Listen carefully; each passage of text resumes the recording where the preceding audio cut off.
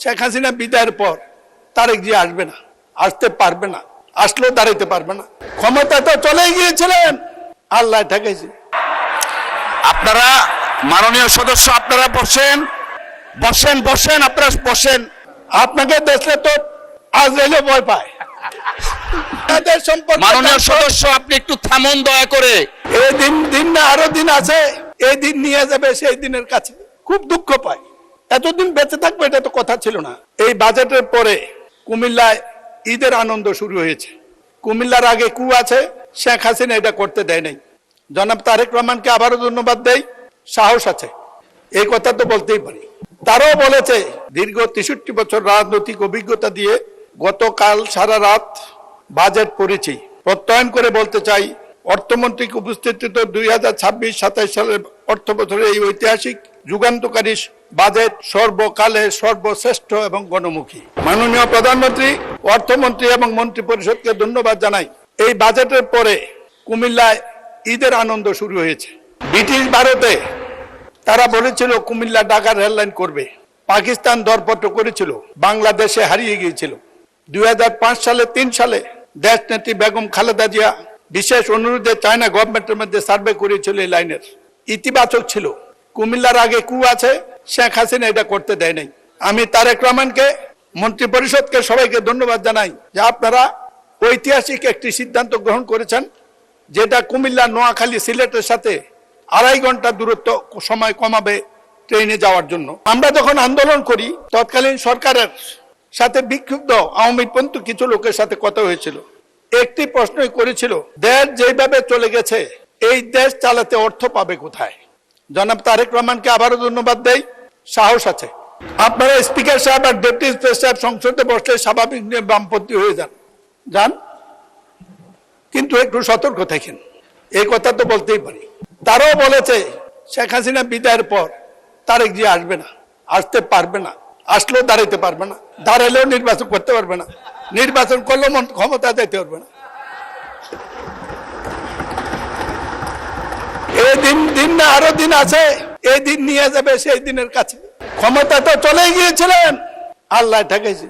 একটি কথা বলতেছে মাননীয় স্পিকার, বাজেট সম্পর্কে 1 ঘন্টা আলোচনা করা যাবে, কিন্তু কিছু কথা ওনাদের সম্পর্কে মাল হয় যে জাতির সাথে বোধহয় প্রতারণা করবো। আমি এই জন্য কিছু কথা আজকে বলবোই, মাফ করে দেব।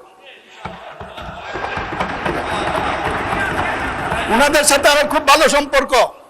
68 সনে গোলাম আজমের নেতৃত্বে ঢাকা আন্দোলন করেছি, ডাকে হরতাল করেছি। আমি হরতালের কমিটির আহ্বায়ক ছিলাম বিশ্ববিদ্যালয় ক্যাম্পাসে। সেই গোলাম আজম সাহেব আমার 2য় সংসদ নির্বাচনে আওয়ামী লীগের বিরুদ্ধে জামাতের প্রার্থী আমার এলাকা থেকে প্রত্যাহার করেছিল। আমি আপনাদের কাছে কৃতজ্ঞ। আমি এই কথা স্বীকার করি, জামাত ক্যাডার ভিত্তিক সংগঠন, আপনারা লেখাপড়া করে রাজনীতি করেন, কিন্তু আপনারা যা করেন এইটাই পৃথিবীর চরম সত্য, এই কথাটা ঠিক নয়। আর আপনাদেরকে চিনে আরো কঠিন। একটু গল্প বলবো, আপনাকে দেখলে তো আজরাইলে ভয় পায়। একটু সম্পর্কটা ক্লোজ নাহলে খেপে যাবে। সংসদের বাইরে গিয়ে ক্লোজটা দেখাবেন, এখানে আমাকে অ্যাড্রেস করেন প্লিজ। সুতরাং শুধু এই কথাটি বলবো, খুব দুঃখ পাই, এতদিন বেঁচে থাকবে এটা তো কথা ছিল না। তাই সাহেব চলে গেছেন, নেতার দায়িত্বের সামনে থাকলে ভালো হতো।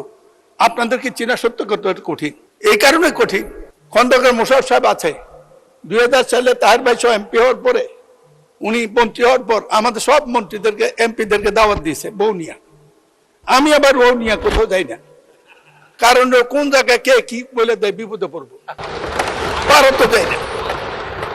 তো আমি বৌনিয়া যাই নাই, কয়েকজনে বৌনিয়া যায় না, কিন্তু তাহের ভাই বৌনিয়া গেছে। ঢুকার পর দেখি একটা কিছু হাঁটতেছে। আমি বললাম যে তাহের ভাই ভাবি কই? যে ওই যে। আমি আপনি যে বদলাই আনেন না, এটা কেমনে বুঝবো?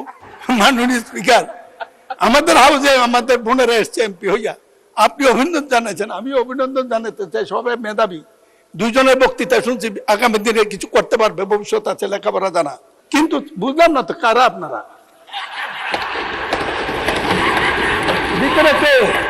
আপনারা এদিকে দেখতে পারেন, আমরা এদিকে দেখলে কি আছে এটা বুঝবো না, এটা ঠিক না। তো মাননীয় সদস্য প্লিজ, পার্সোনাল ফ্রিডম নিয়ে কথা বলা উচিত না, ঠিক না। আপনারা মাননীয় সদস্য আপনারা বসেন, লেট মি মাননীয় স্পিকার বসেন। প্রতিবাদ করা মাননীয় স্পিকার, মাননীয় সদস্যবৃন্দ আপনারা আমি বসেন। কাউকে কিছু বসেন। বলিনি। অতীতে একটি ঘটনা, আমার গল্প বলেছি। আপনারা বসেন দয়া করে। মাননীয় স্পিকার, সদস্য মিস্টার মাসুদ, আপনি বসেন বসেন বসেন, আপনারা বসেন। যদি ছোট হয়ে থাকেন ক্ষমা চাইছি। আমি কাউকে ছোট মিন করিনি। বসেন, দেখেন আমি কি বলি, বসেন। ঠিক নয়। নাজিবুর রহমান সাহেব বসেন। মেম্বার অফ পার্লামেন্ট আপনারা মাননীয় বসেন স্পিকার। দয়া করে। আহা, সবাইকে তো দেয়া যাবে না, বসেন বসেন। ওনাদের সম্পর্কে মাননীয় জানতে- সদস্য আপনি একটু থামুন দয়া করে, আপনারা ওনাদের বসেন। সম্পর্কে জানতে হলে মিস্টার মাসুদ আপনাকে বসতে বলতেছি।